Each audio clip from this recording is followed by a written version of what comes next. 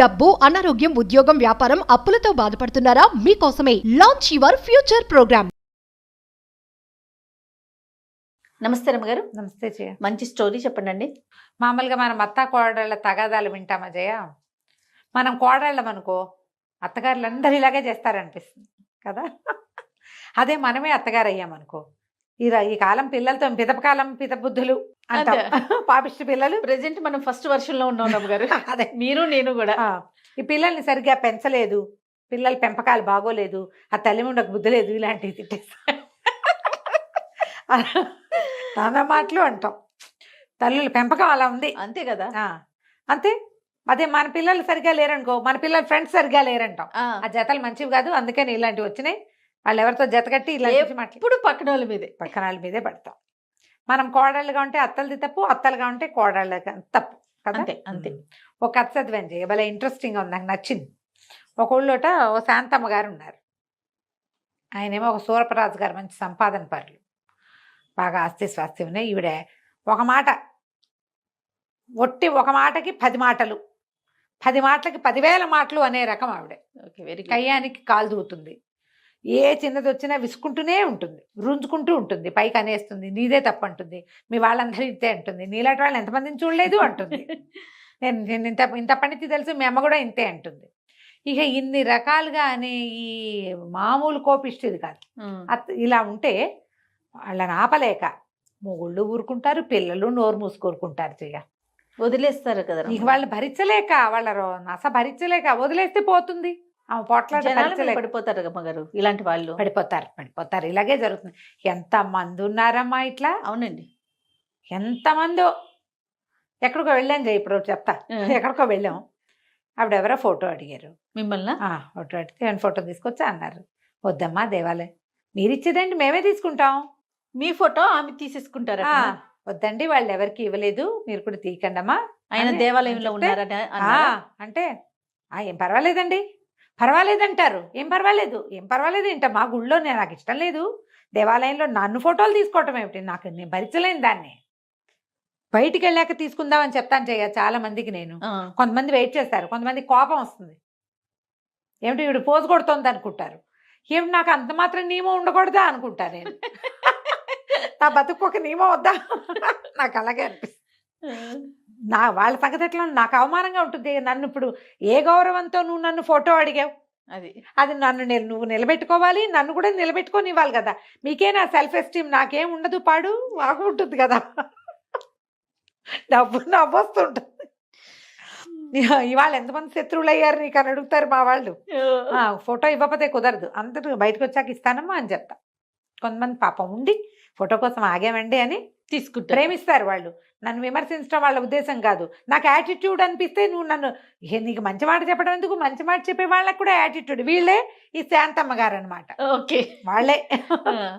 అయితే ఈవిడ పోట్లాడేసేది, ఇక పుట్టింటి వాళ్ళని లేదు, అత్తింటి వాళ్ళని లేదు, కొడుకు పెళ్ళి వాళ్ళని లేదు, అందరు ఇదే గోల.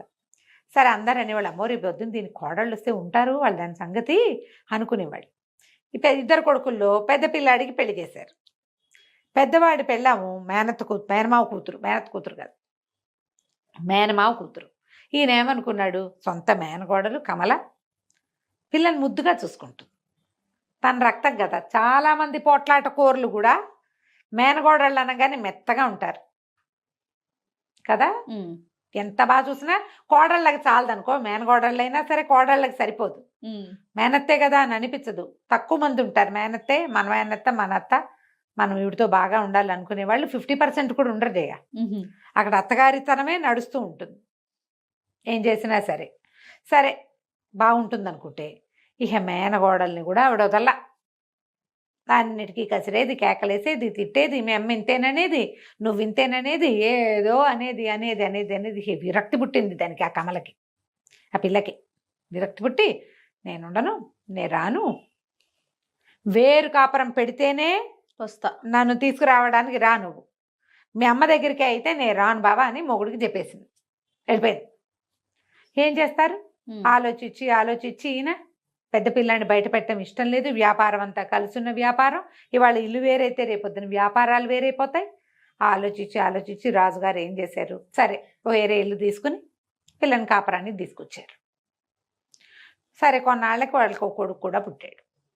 రెండో పిల్లాడి పెళ్లి సంబంధాలు రాలా. ఈయనకి భయం పట్టుకుంది. ఉన్న ఒక బావమరిది కూతుర్ని ఇక్కడ చేసాం, ఇదేమో ఇట్టా తగలబడింది, ఎవరిని తెస్తే ఏమవుతుందో. ఎవరిని తెచ్చినా ఇదే కదా. ఇక రోజులు గడిచినాయి.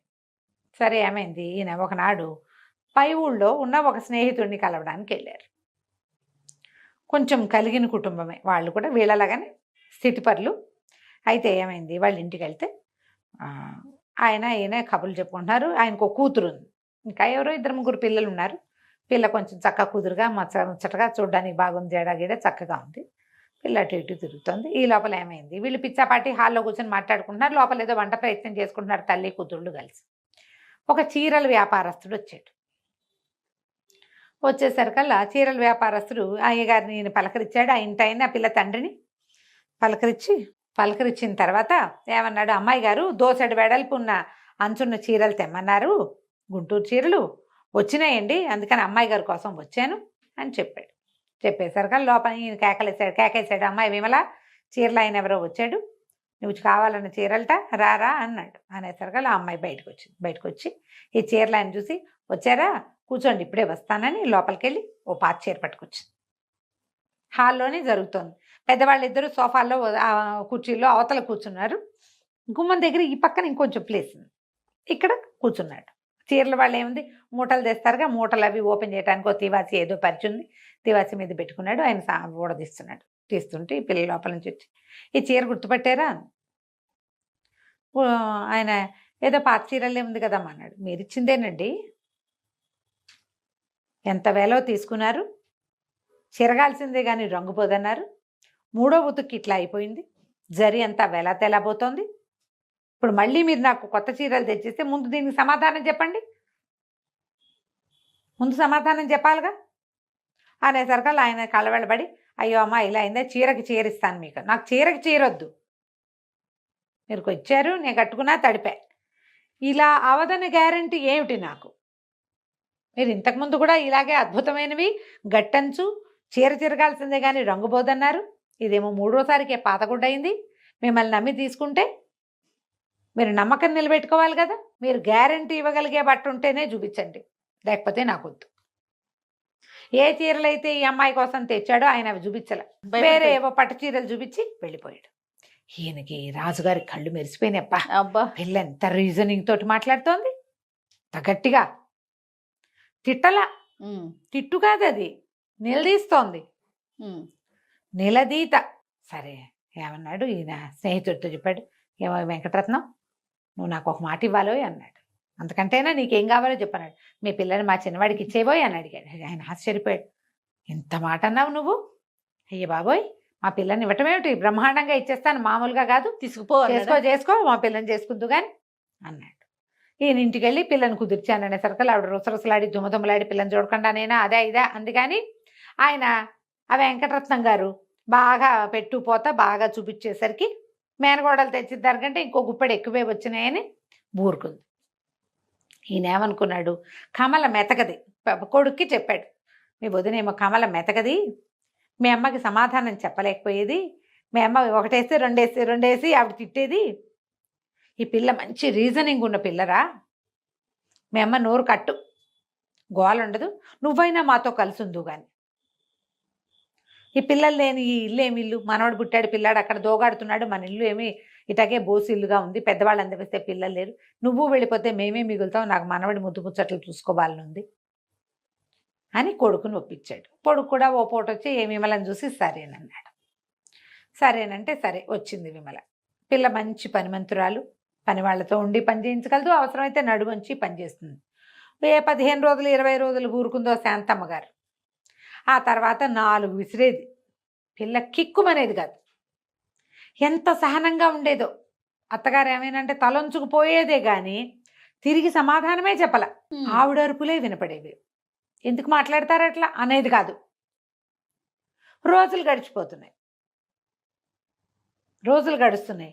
ఈయనకి ఆ పెళ్ళం రంకెలు వేసేయటం, వరిచేయటం, కుక్కిన పోయిన పెనల్లే మాట్లాడవు, మూగి ముద్దలాగా మాట్లాడవు అని అంటాం కోత భార్య వింటూ ఉండేవారు. ఇప్పుడు ఏంటి పిల్ల తెలివిగలది, మాటకి మాట అనగలదు, బోల్డంత రీజనింగ్ ఉంది, నిలదీసే సత్తా ఉన్న పిల్లని చేసుకుంటే ఇది ఇట్లా నోరు మూసుకుని తిట్లు తింటోందే. రేపు నాటికి ఎప్పుడో అప్పుడు కొడుక్కి విసుగుపుట్టినా దీనికి విసుగుపుట్టినా బయటికి వెళ్ళిపోతారు. మళ్ళీ ఒంటరి ఇల్లు సంప్రాప్తం అవుతుంది, పిల్లలు లేని ఇల్లు. ఏం చేయాలో తెలియలే. ఒకనాడు ఏమైంది, శాంతమ్మ గారు గుళ్ళో పురాణం ఉందని వినడానికి రోజు వెళ్తుంది. ఆయన ఏం చేశాడు, రోజు వెళ్తుంది, ఇవాళ కూడా వెళ్తుందని ఇంటికి వచ్చాడు దుకాణం నుంచి. ఆవిడ వెళ్ళిపోయింది గుళ్ళోకి. ఈయన కోడల దగ్గర కూర్చున్నాడు, కేకలిస్తాడు. కేకేసి మంచినీళ్ళు తెమ్మ అంటే ఏదో పలహారం తెచ్చింది. మామగారి దగ్గర విసనకర్ర పెట్టి చుట్టూ కూర్చుంది. ఈయన అడిగాడు, ఏమమ్మా నువ్వెంత గట్టిదానివి, ఆ రోజు నువ్వు బట్టల వ్యాపారస్తుడు నేను నిలదీసిన విధానం చూసే కదా పెళ్లి చేసుకున్నా నేను నిన్ను చేసుకున్నాను. మీ అత్తగారు అట్లా నోటికొచ్చినట్టుగా చెలిగి పారేస్తుంటే నువ్వు నోరెత్తకుండా ఉంటావేమిటమ్మా, ఇంత సహనం ఎక్కడి తల్లి నీకు, వెధవ 2 రూపాయలు పారేస్తే వచ్చే చీరకి అంత నిలదీస్తువి, ఎందుకమ్మా మాట్లాడవు అన్నాడు. అనేసరికల్లా అమ్మాయింది, అది కాదండి మావయ్య గారు, వ్యాపారస్తుడితో మనకి వ్యాపార సంబంధాలు అవి, మన డబ్బు దానికి తగిన ప్రతిఫలం.